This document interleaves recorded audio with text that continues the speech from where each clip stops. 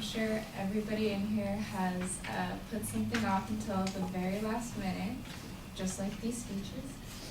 I'm going to talk about this quote by a student, even though it doesn't need to be from a student. I feel like it applies to everyone and every day. So the quote is, "Never do today what you can put off till next week." So I'm going to talk about how it kind of applies to me and how it can help sometimes, and then I'll tell you a little story.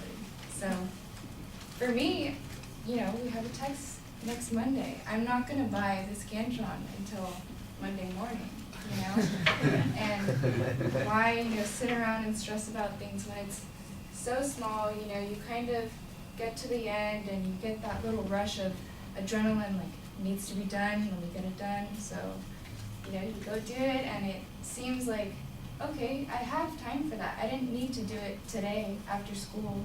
I can go do something else. And so, how it kind of applies to every day, like, we do it with our jobs. We do it with everything. It's not just school.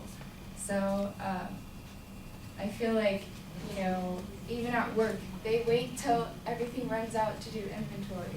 So it's kind of like, it's unnecessary to plan ahead for some people, but some people like to just do it when it needs to be done, and it gets done either way, And sometimes it gets you to put all your focus into it without thinking about other things, because they're already done, they're already gone. So now you're down to this last, test, whatever you have coming up, or a project you do the night before, and sometimes it turns out pretty good because you have all your attention on it. You're really, trying to get it done. And so, like with my little brother, he had prom coming up, and he's like, tomorrow is the last day to buy tickets. Like, and I could just tell he was upset, and so I was like, Jakey, do you want to ask that girl? Like, let's do it, let's just see what happens. And so, we went ahead, I went to Walmart, I bought him a whole, little panda, some roses, candy, and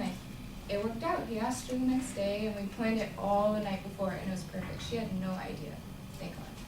But, he got it done, so it doesn't matter if it's, last minute. It doesn't even have to do with school. But I don't think it's a bad thing. But I agree with this quote, like, don't do it today if you could do it later. But don't do it later if you can't do it later.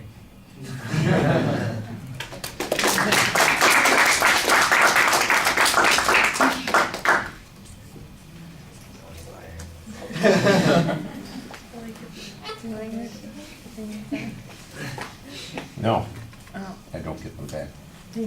This for me for every Souvenir of the day. If you want me to sign it afterwards, you can sell it on eBay for more money, Yes.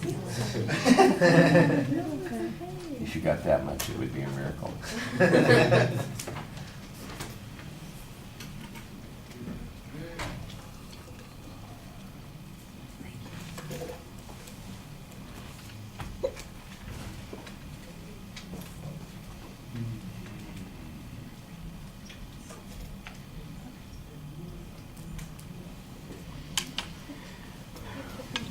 All right, well, I like the shared common reference that you had at the beginning. Most students do those kinds of things, and then you transitioned the topic pretty clear. That was good.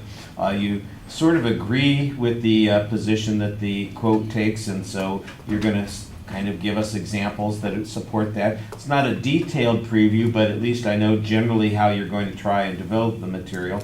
That's fine. You've got the example of Scantron that you start off with, and then you've got some generic material about work or school that never really seems to take hold. When you get to the example about your brother, now you've got a little bit of detail to talk about. You make it more interesting. It's a story that we'll give a damn about, as opposed to kind of the vague reference about, at work, they always do things in the last minute. We're doing inventory, and I'm like, well, where do you work? What kinds of things do they not have that you're going to have to be counting? When you tell a story, it's going to be more interesting if you add some detail to it, and that's kind of what was missing in that middle section. I thought you were better off on the first and the third points that you had.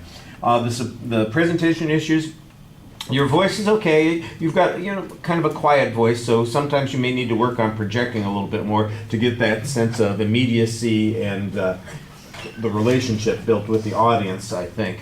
You try to get that a little bit with, I think, your body movement, and there's a little too much body English, as they say. When you gesture, you don't just gesture with your arm, you gesture with your whole body, because you're gesturing, and then you're moving your shoulder, and then you're kind of stepping into it, and then you bounce back from it, and that looks a little excessive. It looks like you've got nervous feet, and that's where all your anxiety is coming out.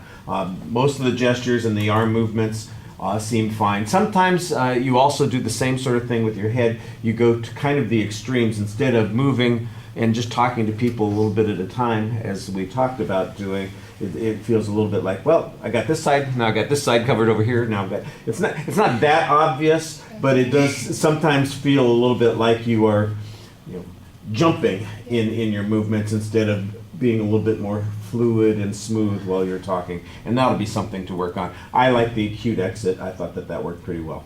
All right, thank you.